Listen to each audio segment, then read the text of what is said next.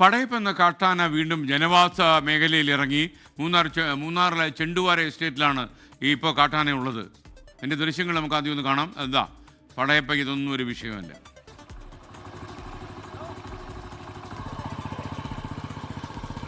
നല്ല നല്ല ഗേറ്റപ്പുള്ള സാധനം തന്നെയാണ്. വരുന്ന വരവിന് എന്ത് ഗാംഭീര്യ.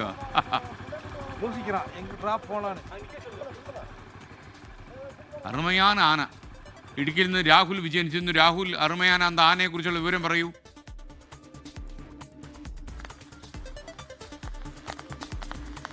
എസ്കെൻ, പടയപ്പ ജനവാസ മേഖലയിൽ ഇറങ്ങുന്ന ഒരു പുതുമയുള്ള കാര്യമല്ല. പക്ഷേ ഇങ്ങനെ സ്ഥിരമായി ജനവാസ മേഖലയിൽ ഇറങ്ങി ആളുകളെ ബുദ്ധിമുട്ടിക്കുന്ന അതൊരല്പം കടന്ന കൈയായി മാറിയിട്ടുണ്ട് എന്നുള്ളതാണ് നാട്ടുകാർ പറയുന്നത്. ഇന്നിപ്പോൾ എന്തായാലും ചെണ്ടുവാര എസ്റ്റേറ്റിലാണ് പടയപ്പ ഉള്ളത്. കഴിഞ്ഞ 3 ദിവസമായി കുണ്ടള ചെണ്ടുവാര എസ്റ്റേറ്റിലൂടെ ഇങ്ങനെ കറങ്ങി നടക്കുകയാണ്. ജനവാസ മേഖലയിലാണ്. ലയങ്ങൾക്ക് സമീപത്തുള്ള കൃഷിവിളകൾ വ്യാപകമായിട്ട് നശിപ്പിക്കുന്നുണ്ട്.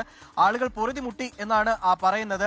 ഇതിനെ ഈ പടയപ്പയെ നിരീക്ഷിക്കുന്നതിന് വേണ്ടി പ്രത്യേകം ഒരു RRT ടീമിനെയൊക്കെ നേരത്തെ നിയോഗിച്ചിരുന്നു. അതിന്റെ ഒന്നും പ്രവർത്തനം അത്ര കണ്ട് ഫലപ്രദമാകുന്നില്ല എന്നുള്ളൊരു ആക്ഷേപം കൂടി നാട്ടുകാർ മുന്നോട്ട് വെക്കുന്നുണ്ട്. കാര്യക്ഷമമായി തന്നെ പടയപ്പയെ നിരീക്ഷിച്ച് ജനവാസ മേഖലയിൽ വലിയ പ്രശ്നമില്ലാതിരിക്കാൻ വേണ്ടിയുള്ള ശ്രമം RRT നടത്തണം എന്നുള്ളതാണ് ഒരു പ്രധാനമായും ആവശ്യം ഉന്നയിക്കുന്നത്. ഉൾവനത്തിലേക്ക് തുരത്തുക അതത്ര എളുപ്പമുള്ള കാര്യമല്ല. മൂന്നാറിനെ സംബന്ധിച്ചിടത്തോളം ഉൾവനത്തിലേക്ക് തുരത്തിയാലും അത് പെട്ടെന്ന് തന്നെ ഇറങ്ങി വരാനുള്ള സാധ്യതയുണ്ട്. മുഴുവൻ തോട്ട മേഖലയാണ്. അതങ്ങനെ പെട്ടെന്ന് കാട് കയറുന്ന ഇനമല്ല പടയപ്പ. അങ്ങനെ ജനവാസ മേഖലയിൽ തന്നെ പഠിച്ച് നിൽക്കുന്ന ഒരു ആനയാണ്. അതുകൊണ്ട് തന്നെ കാട്ടിലേക്ക് കയറ്റുക അത് അത്ര എളുപ്പമുള്ള കാര്യമല്ല. എങ്കിൽ കൂടിയും ആളുകൾക്ക് ബുദ്ധിമുട്ടില്ലാത്ത രീതിയിൽ വനം വകുപ്പ് അതിനെ നിരീക്ഷിക്കേണ്ടത് അടിയന്തരമായിട്ട് ചെയ്യേണ്ട കാര്യമാണ്. അല്ല എങ്കിൽ വലിയ തരത്തിലുള്ള പരാതി ഉണ്ടാകും, പ്രതിഷേധമുണ്ടാകും.